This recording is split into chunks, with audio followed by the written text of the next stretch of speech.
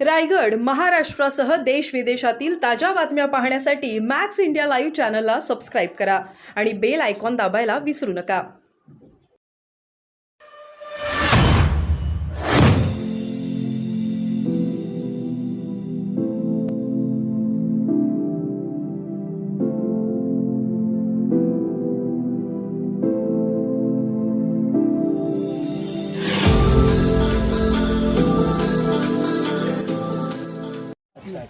सगळे करणार ना म्हटलं. हो करणार ना. बरं बरं.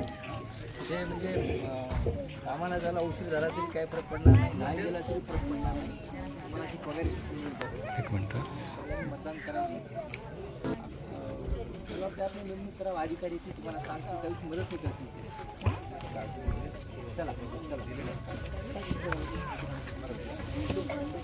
आता दावळे साहेबांचं म्हणणं आहे, दावळे साहेबांचंच नव्हे तर सगळ्यांचंच म्हणणं आहे आणि ते आपण करायला पाहिजे. एक चांगला नेता निवडून देणं हे तुमच्या हातात असतो आणि लोकशाही सक्षम करण्यासाठी तुमचा मतदान. त्याचबरोबर करूया सन्मान होतोय एका करावा.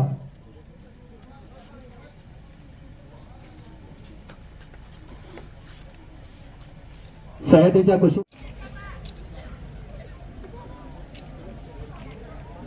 सर वानो मतदार बांधवानो माझा ऐकून घ्या.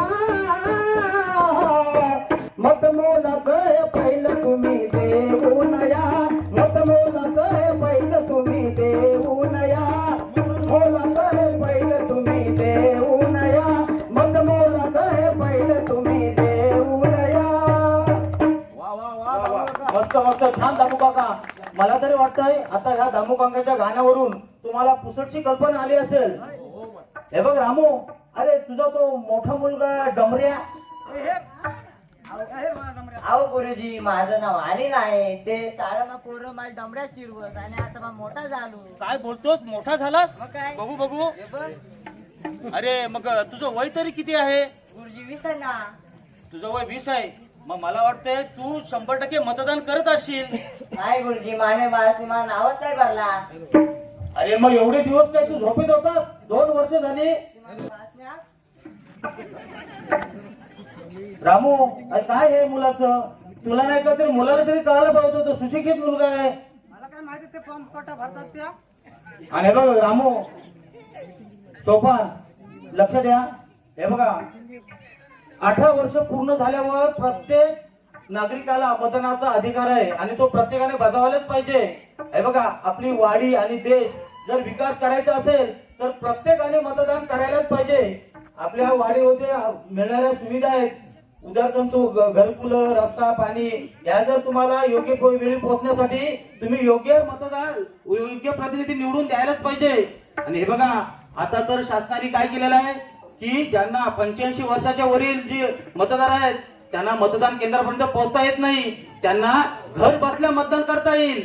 त्याचप्रमाणे हे बघा, ज्यांना मतदान केंद्रापर्यंत पोहोचता येत नाही त्यांना वाहनाची व्यवस्था सुद्धा करण्यात येईल. आणि अजून असं, तुम्ही कामावर जाता मतदाना दिवशी बुडून, परंतु त्या दिवशी तुम्हाला सुट्टी मिळणार आहे. कुठलंही काम असलं तरी तुमचा मालक तुम्हाला मतदानासाठी सोडणार आहे. म्हणून प्रत्येकाने मतदान केलंच पाहिजे. मतदान केलं तरच आपला वाडीचा आणि देशाचा विकास होणार आहे. लक्षात ठेवा. तुम्हाला पटलं का सगळ्यांना? गावकऱ्यांना पटलं की नाही? गुरुजी, आता तुम्ही जो आखा तो आमच्या लोकांना आणि वाडीतले समजे लोकांना कळणार. तर आता आम्ही कसलीच अपेक्षा ठेवणार नाही आणि आमने मनाखाल आम्ही मतदान करू. आणि आमने वाडीमा दारू, ताडी, बिडी, काडी ह्या किसनात व्यसन आम्ही करूला नाही. आणि आम्ही आमने मनाखाल मतदान करू. या मग आमने समजे गावाने वतीने आता आश्रम शाळेत मुलगी होती तुझी, ती तुला अगोदर सांगत होती ना?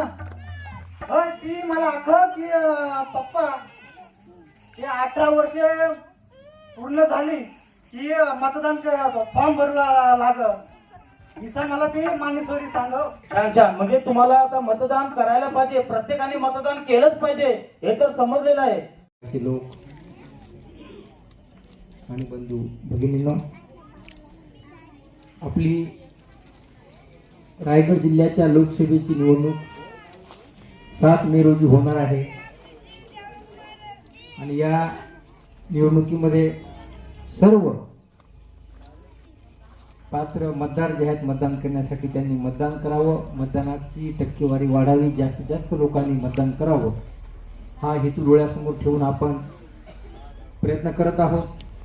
त्या प्रयत्नाचाच एक भाग म्हणून आज आपण तुमच्या गावापासून सुरुवात केलेली आहे. मला स्नेहा उबाळे मॅडम आणि अहिरराव मॅडम यांनी सांगितलं की असं नियोजन करतोय आणि सर आपण याल काय? मी म्हटलं हे तुम्हाला काही अडचण नाही. आणि मला इथे येण्याचा योग आला. आपल्या सोबत चर्चा करण्याची संधी आलेली आहे. मला एक सांगायचे आपल्याला की आणि तुमच्या विभागाला सुद्धा आता जे आपण 11 तालुक्यात हे कार्यक्रम करणार आहे, ज्या ठिकाणी आदिवासी बहुल मतदार आहेत त्या ठिकाणी आपल्या यंत्रणा आणखी काही महसूलच्या यंत्रणा हाताशी धरून की आपले बांधव हे आपले मतदार नेमकं कोणत्या कामाला जातात, कुठल्या फॅक्टरीमध्ये जातात का शेतावर जातात का आणखी कुठे जातात. कारण निवडणूक आयोगाच्या नियमाप्रमाणे मतदानाच्या दिवशी सर्व कारखान्यांनी, सर्व दुकानदारांनी, सगळ्यांनी पगारी सुट्टी मतदाराला दिली पाहिजे. त्यामुळं आमचे आदिवासी मतदार बांधव भगिनी कामाला जरी नाही गेल्या तरी त्या दुकानदारांनी, त्या मालकांनी तुम्हाला सुट्टी दिली पाहिजे. त्या दिवशीचा तुमचा पगार कमी नाही केला पाहिजे, अशा आयोगाच्या सूचना आहेत. आता या सूचना ह्याची अंमलबजावणी करण्यासाठी आपल्याला आदिवासी मतदारांमध्ये जागृती करावं लागेल, त्यांना सांगावं लागेल, त्यांच्या भाषेत सांगावं लागेल. आणि आपले जे लोक आहेत त्या लोकांना त्या ज्या ठिकाणी काम करतात त्या ठिकाणीच्या लिस्ट करावं लागतील, मोठमोठ्या आस्थापना कोणत्या आहेत, आणि त्यांना पत्र लिहून आपल्याला कळवावं लागेल, सेन्सिटाईज करावं लागेल की हे लोक नाही जरी आले तरी त्यांचा पगार कापायचा नाही. आणि यांना ते समजून सांगितलं पाहिजे की तुम्ही त्या दिवशी उठून कामाला जाऊ नका, मतदान करा. जरी समजा कामाला गेल्याशिवाय राहतच नाहीत किंवा उशिरा गेले, कोणी सकाळी 8ला 9ला 10ला जातात त्याऐवजी दुपारी 11-12ला जरी पोहोचले तरी जो काही अर्धा दिवस त्यांनी मतदानासाठी वापरलेला आहे तर त्याचा कोणी पगार कापणार नाही. अशी जर कुठली केस आमच्या निदर्शनास आली की तुमचा पगार कापलाय अर्ध्या दिवसाचा, 1 दिवसाचा, आम्ही त्याच्यावरती कायदेशीर कारवाई करू. त्यामुळं आपण सगळ्या, मला आदिवासी बांधव ज्यांना ही माझी भाषा लक्षात येते, समजते, त्यांनी कृपया करून आपल्या सर्व मतदार बंधू भगिनींना हे सगळं समजून सांगावं त्यांच्या भाषेमध्ये, ही मी आपल्याला विनंती करतो. मी आपल्याला विनंती करतो येणाऱ्या 7 तारखेला आपण अतिशय निर्भीडपणे आपल्याला जो आपली आवडीचा जो उमेदवार असेल त्या उमेदवाराला अतिशय मुक्त वातावरणामध्ये आपण मतदान करावं. कुठल्याही प्रलोभनाला बळी न पडता आपली विवेकबुद्धी वापरून आपण मतदान करावं असं मी आपल्याला आवाहन करतो. आणि जास्तीत जास्त लोकांनी सहभागी व्हावं. मला असं वाटतं की आपण एक करा, हे जेवढं काही आपल्या आदिवासी बहुल मतदारांची गाव आहेत त्या सगळ्या गावामध्ये तुम्ही या आपल्या लोकसभेच्या मतदानासाठी अँबॅसेडर नेमा. तर हे अँबॅसेडर आपले असतील, तिथे असतील लोकलचे, जे लोक समजू शकतात, ज्यांना माहिती आहे, आणि अँबॅसेडर नेमून त्यांना त्या गावाचा त्यांच्याकडून प्लॅन घ्या. या गावामध्ये इथून किती मतदार आहेत, किती मतदार कामाला जातात, किती मतदार जाणार नाहीत साधारणपणे, आणि मग ते आपल्याला कामाला जाणारे आहेत तर त्यांचं मतदान लवकर कसं करून घेता येईल आणि त्यांच्या आस्थापनेतून त्यांना सूट कशी मिळवून देता येईल या गोष्टीसाठी तुम्ही प्रत्येक गावामध्ये 2-3 अँबॅसेडर नेमा. हे दोन्ही नेमा, पुरुषही नेमा आणि महिला नेमा. काही मुली एकदम हुशार असतात, शिकलेल्या असतात, त्यांना या सगळ्या गोष्टी कळतात. म्हणजे प्रत्येक गावात किमान 2 अँबॅसेडर, एक महिला आणि 1 पुरुष असे नेमा.